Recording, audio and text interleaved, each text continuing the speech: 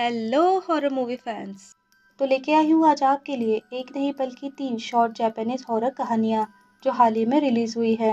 ये तीनों कहानियाँ 15 से 30 मिनट की है। तो अलग अलग वीडियो बनाने के बजाय मैंने इन्हें एक ही वीडियो में क्लब कर दिया। तीनों कहानियाँ काफी अच्छी है। शॉर्ट स्टोरीज है पर पूरे टाइम इंटेंस माहौल बना रहता है। तो आपसे रिक्वेस्ट है कि कहानियों को पूरा सुनना। तो फिर चलो अब शुरू करते हैं इन शॉर्ट स्टोरीज का एक्सप्लेनेशन। पहली कहानी का नाम है द इनविटेशन। मूवी की शुरुआत में एक हेल्प सेंटर में एक कॉल आता है। दूसरी तरफ से कोई बहुत ही स्ट्रेंज वॉइस में बात कर रहा था। वो बताता है कि उसके नेबर के घर से बहुत ही गंदी बदबू आ रही है और वहां रहने वाले लोग कई दिनों से दिखे नहीं।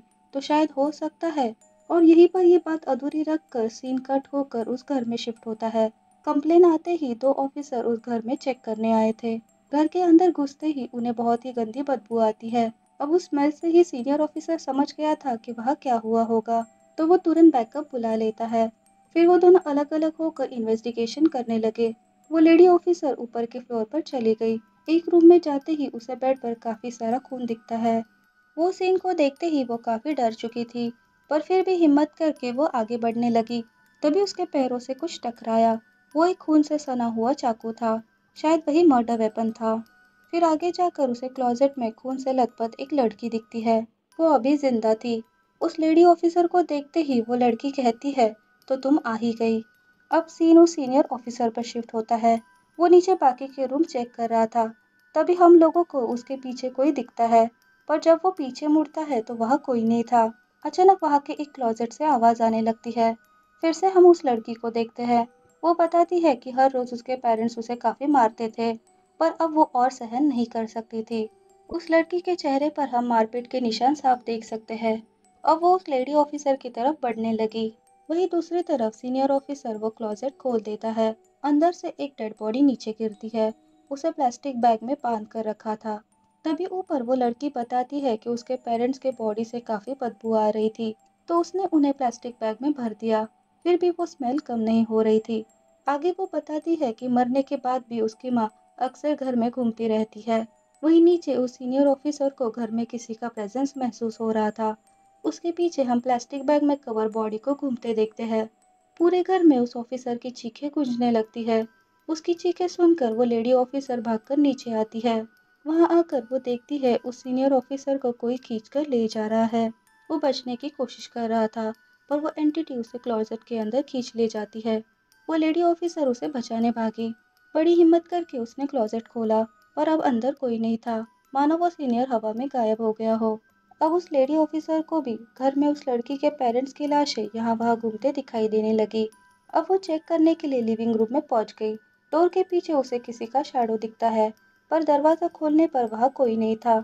अचानक क्लोजेट का दरवाजा खुल जाता है और टॉर्च की लाइट में उसे प्लास्टिक बैग में लिपटी डेड बॉडी उसकी तरफ आती दिखती है, जिसे घबरा कर वो नीचे गिर गई। उसे किसी भी हालत में वहां से बाहर निकलना था, तो वो रेंगते हुए किसी तरह मेन डोर तक पहुंच गई। लेकिन वहां दूसरी बॉडी पहले से ही मौजूद थी। फिर वो लड़की भी वहां आ जाती है और बहुत ही भयानक राज का खुलासा करती है। वो कहती है कि उसके पापा ने कहा है कि वो लोगों को घर में इनवाइट तो कर सकते हैं, पर एक बार जो अंदर आ गया फिर वो वहां से वापस नहीं जा पाएगा। अब वो उस ऑफिसर को दिखाती है कि कैसे उसने ही कॉल करके उन्हें वहां जानबूझकर बुलाया था। उसकी बातों से वो ऑफिसर और हमें समझ आता है कि उस लड़की ने ही अपने पेरेंट्स को मारा था और वो खुद भी मर चुकी है। और अब उन लोगों की इविल स्पिरिट लोगों को ट्रिक करके घर में बुलाती है। अब सच्चाई समझ आते ही ऑफिसर पीछे के दरवाजे तक पहुंच गई, पर वो भी लॉक था। अब वो तीनों डिमोनिक स्पिरिट उसे घेर लेती है और फिर हमें बस उस ऑफिसर की चीखें सुनाई देती है। फिर कुछ देर बाद सब शांत हो जाता है। उस सीनियर ऑफिसर की तरह ही वो लेडी ऑफिसर भी गायब हो गई थी। पूरे घर में सन्नाटा छा जाता है। पूरा घर अब खाली था। अब एंड के सीन में घर के बाहर एक पुलिस कार आकर रुकती है, क्योंकि उस सीनियर ऑफिसर ने बैकअप बुलाया था, जो अब उन इविल स्पिरिट का अगला शिकार बनेगा। और यहीं पर ये मूवी खत्म हो जाती है। तो दूसरी कहानी का नाम है काराकासा। काराकासा एक जापानीज पौराणिक कथा है, जो एक पुराने छाते के बारे में है जिसमें एक शैतानी आत्मा रहती है, जो उन सभी लोगों को मार देती है जो उस छाते को यूज करते हैं। अब ये कहानी की शुरुआत एक लड़की आयाका को दिखाते हुए होती है। वो रेलवे स्टेशन पर खड़ी होकर बारिश रुकने का वेट कर रही थी, क्योंकि उसके पास छाता नहीं था। उसे फोन बूथ में एक छाता दिखाई देता है। शायद उसे वहां कोई भूल गया था। वो सोच ही रही थी कि उसे उठा ले, पर तभी वहाँ एक आदमी आ गया। वो भी छाता नहीं लाया था। उसे भी वो छाता दिख जाता है। वो तुरंत उसे चुरा कर वहाँ से भाग जाता है। आयाको को किसी का कॉल आता है। उसकी बातों से हमें समझ आता है कि वो आज ही इस सिटी में आई थी, एक नई शुरुआत करने के लिए, और अब वो और दो लड़कियों के साथ एक घर शेयर करने वाली थी। अब सीन एक जगह शिफ्ट होता है। वहाँ जमीन पर वही लाल छाता पड़ा था और वहाँ कुछ खून भी था। इससे हम समझ पाते हैं कि उस आदमी के साथ जरूर कुछ बुरा हुआ है। अब अगली सुबह हम आयाका के दोनों रूममेट से मिलते हैं, जिनके नाम थे नानामी और योको। वो लोग साथ में ब्रेकफास्ट करते हैं, जो योको ने बनाया था। उसका टेस्ट बिल्कुल भी अच्छा नहीं था, फिर भी उसका दिल रखने के लिए बाकी दोनों उसे चुपचाप खा लेते हैं। अब आयाका के वॉइस ओवर से हमें उसकी कहानी पता चलती है कि वो असल में टोक्यो से है और कुछ महीनों पहले ही उसने अपना ग्रेजुएशन कंप्लीट किया था। पर उसे जैसे लाइफ चाहिए थी वैसे वहाँ नहीं थी, तो वो टोक्यो छोड़कर इस सिटी आ गई। अब थोड़े दिनों में ही उसे एक कैफे में जॉब मिल जाती है। लाइफ बहुत अच्छी चल रही थी। उसका अब एक बॉयफ्रेंड भी था, जिसके साथ वो शाम में डेट पर जाने का प्लान बनाती है। पर डेट पर जाते वक्त बीच में ही बारिश शुरू हो जाती है, तो आयाको को फिर से एक जगह रुकना पड़ता है, क्योंकि आज भी वो छाता लाना भूल गई थी। उसे ब्रिज पर एक लेडी दिखती है, जो उसे ही देख रही थी। तभी उसके बॉयफ्रेंड का मैसेज आता है। उसे रिप्लाई करके जब वो वापस उस जगह देखती है तो अब वो लेडी वहां से गायब थी, पर दीवार के पास उसे वही लाल छाता दिखाई देता है। अब उसे लेट हो रहा था, तो वो बिना कुछ सोचे ही उस छाते को उठा लेती है। अब छाते को खोलते ही उसमें से काफी बदबू आ रही थी और उसके अंदर अजीब से दाग लगे हुए थे। फिर भी आयाका उसे लेकर अपने डेट पर जाने लगी। अब रास्ते में आयाका के हाथ पर खून गिरने लगता है, और जैसे ही वो छाते को देखती है, एक काराकसा यानी उस छाते के अंदर रहने वाली इविल स्पिरिट उस पर हमला कर देती है। वो आयाको को हवा में उड़ाकर उस छाते के अंदर खींच लेती है। अगले दिन आयाका का बॉयफ्रेंड उसके घर आता है। पिछले रात वो दोनों डिनर के लिए मिलने वाले थे, पर वो वहां नहीं आई, तो उसकी चिंता में वो वहां आ गया। वो ननामी और योको से आयाका के बारे में पूछता है, पर उन्हें कोई आइडिया नहीं था कि वो कहाँ गई। उन दोनों को तो लगा था शायद अयाका अपने बॉयफ्रेंड के साथ होगी, तो उन्होंने ज्यादा ध्यान नहीं दिया। पर अब जब उसका बॉयफ्रेंड ही आ गया है, तो वो दोनों कहने लगते हैं शायद उसे ये भी जगह पसंद नहीं आई होगी, तो वो वहां से चली गई। उनका ऐसा कैजुअल बिहेवियर देखकर अयाका का बॉयफ्रेंड उन पर चिढ़ जाता है, तो ननामी अयाका के रूम में चेक करने गई। उन्हें पता चलता है कि उसका सारा सामान तो वहीं पर है, तो वो कहीं भागी नहीं है। वो उन्हें अयाका ने पोस्ट की हुई उसकी लास्ट पिक्चर दिखाता है। वो पिक्चर ब्लर थी, लेकिन इतना तो समझ आ रहा था कि कोई लेडी छाता लेकर कहीं जा रही है। उन्हें लगता है कि ये कोई क्लू होगा, पर क्या है ये समझ नहीं आ रहा था। आयाका का बॉयफ्रेंड उनसे आयाका के घर का नंबर मांगता है, पर वो भी नहीं लग रहा था, तो निराश होकर वो पुलिस स्टेशन कंप्लेंट करने जाता है। अब काफी दिन बीत चुके थे। पुलिस का इन्वेस्टिगेशन अभी भी चल रहा था, पर आयाका अभी तक वापस नहीं आई थी।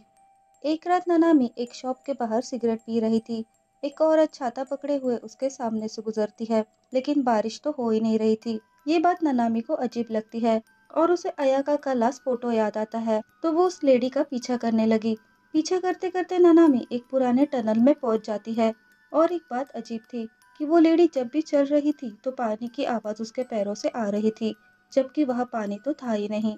अब टनल की लाइट्स फ्लिकर करने लगती है और ननामी के साथ वहाँ पैरानॉर्मल चीजें होने लगती है। अचानक सब शांत हो जाता है। अब वो लेडी गायब हो चुकी थी, बस उसका छाता जमीन पर पड़ा हुआ था। उस लेडी को ढूंढने के लिए ननामी पूरा टनल पार कर देती है, पर उसे वो लेडी कहीं नहीं दिखती। लेकिन टनल के दूसरी तरफ एक अबैंडन घर था और उसके बाहर भी उसे वो छाता दिख जाता है, तो डर कर वो वहां से भाग जाती है।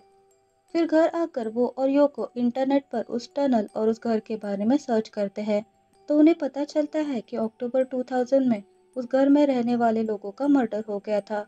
उस घर में पहले एक ओल्ड लेडी रहती थी, लेकिन फिर डिवोर्स के बाद उसकी बेटी अपने दोनों बच्चों के साथ वहां रहने आ गई। डिवोर्स को उसकी बेटी हैंडल नहीं कर पाई और वो पागल हो गई। अक्सर उनके घर से लड़ाई झगड़े की आवाज आती, और इस सब से एम्बैरस होकर दोनों बच्चों ने घर से निकलना ही बंद कर दिया। कुछ दिनों बाद घर से लड़ाई की आवाजें आना बंद हो गई, और आसपास के लोगों को अक्सर उस घर के पास एक औरत दिखने लगी जो बिना बारिश के ही छाता लेकर वहां घूमती रहती। लोगों को लगा शायद वो बेटी और उसके दोनों बच्चे वापस चले गए होंगे, इसलिए सब ठीक हो गया। लेकिन सच्चाई तब पता चली जब बच्चों के स्कूल टीचर उनके घर विजिट करने आए। उन्हें घर में उस ओल्ड लेडी और उन दोनों बच्चों की लाशें मिली। उन्हें रात में सोते समय उस बेटी ने छाते से बार बार स्टैब करके मार दिया था। उसकी मेंटल कंडीशन को देखकर उसे पागल खाने में भेज दिया गया। लेकिन थोड़े दिनों में उसने भी छत से कूदकर सुसाइड कर लिया। लेकिन उसका पैर वहां के केबल वायर में फंस गया और उसकी हार्ट अटैक से मौत हो गई। ये सब पढ़कर ननामी डर जाती है, क्योंकि अगर वो लेडी मर चुकी है तो उसने जिस लेडी को देखा क्या वो उसका भूत था। लेकिन योको उसे समझाती है कि वो इस बारे में ज्यादा ना सोचे। अब कुछ दिनों बाद हम एक सेल्समैन को देखते हैं। वो घर घर जाकर अपने प्रोडक्ट्स बेच रहा था। अब बारिश होगी ऐसा लग रहा था, तो उसे रास्ते में वही रेड छाता मिलता है, तो वो उसे चुरा लेता है। अब वो ननामी और योको के घर पर आता है। वो ननामी को काफी क्रीपी वे में देख रहा था, तो वो उसे वहां से भगा देती है। लेकिन वो सेल्समैन उस छाते को वही भूल जाता है। अब शाम को योको घर आती है। छाते को बाहर देखकर वो उसे घर में ले आई। वही घर में ननामी अपना काम कर रही थी। उसे लगता है कि योको आ गई, तो वो ध्यान नहीं देती। लेकिन फिर असल में योको वहां आती है। उसे देखकर ननामी के तो होश ही उड़ गए थे। वो तुरंत बाहर चेक करने भागी। उसे किसी का प्रेजेंस महसूस हो रहा था। वो डर कर घर में आती है। वो देखती है योको के हाथ में वही रेड छाता था, और वो उसे खोल देती है। छाते के खोलते ही काराकासा योको पर हमला करके उसे काफी बुरी तरह से मार डालती है। अब सारे घर की लाइट चली गई थी। ननामी किचन में जाकर नाइफ ले आती है और उसे छाते को पागलों की तरह स्टैब करने लगती है। पर जब उसे होश आता है वो देखती है उसने ननामी को ही मार दिया था। वो घर के बाहर भागने लगती है, लेकिन काराकासा उसे पकड़कर उसे भी मार देती है। फिर हम देखते हैं वो लेडी उस रेड छाते को लिए अपने अगले शिकार को ढूंढ रही है। और यहीं पर ये मूवी खत्म। अब तीसरी कहानी का नाम है द क्लोजेट। इस कहानी में हम एक लड़के को देखते हैं जिसे फोन पर उसका बॉस काफी डांट रहा था। दरअसल वो अपने काम में कुछ खास अच्छा नहीं था। तो बॉस उसे कह रहा था कि अगर आगे ऐसे ही चलते रहा तो उसे ऑफिस से निकाला जाएगा। अब उसके अपार्टमेंट की हालत देखकर ये भी समझ आ रहा था कि वो कितना आलसी और अनऑर्गेनाइज्ड होगा, कि इतनी गंदगी से भी उसे कोई फर्क नहीं पड़ता। बॉस की डांट का भी उस पर कोई असर नहीं था। फोन रखते ही वो तुरंत अपने दोस्तों को कॉल करके पार्टी करने का प्लान बनाने लगा। लेकिन तभी उसे अपने क्लोजेट से आवाज आती है। वो क्लोजेट को चेक करता है, पर अंदर कुछ नहीं था। तो वो सोने के लिए बेड पर लेट जाता है। पर फिर उसे याद आता है कि उसका काम पेंडिंग है, तो वो अपना काम करने बैठ गया। थोड़ी देर बाद फिर से क्लोजेट से आवाज आती है, तो वो फिर से चेक करता है, पर अंदर उसे कुछ नहीं मिलता। अब काम करते हुए उसका ध्यान क्लोजेट पर जाता है। वो अपने आप ही खुल गया था, पर वो उस पर ज्यादा ध्यान ना देते हुए फिर से अपना काम करने लगा। लेकिन फिर थोड़ी देर बाद कोई आदमी उसके सामने आकर खड़ा हो जाता है, जिससे उसके डर के मारे हालत खराब हो गई थी। फिर भी वो उसे इग्नोर करने की कोशिश करता है, पर वो इंसान उसकी तरफ बढ़ रहा था।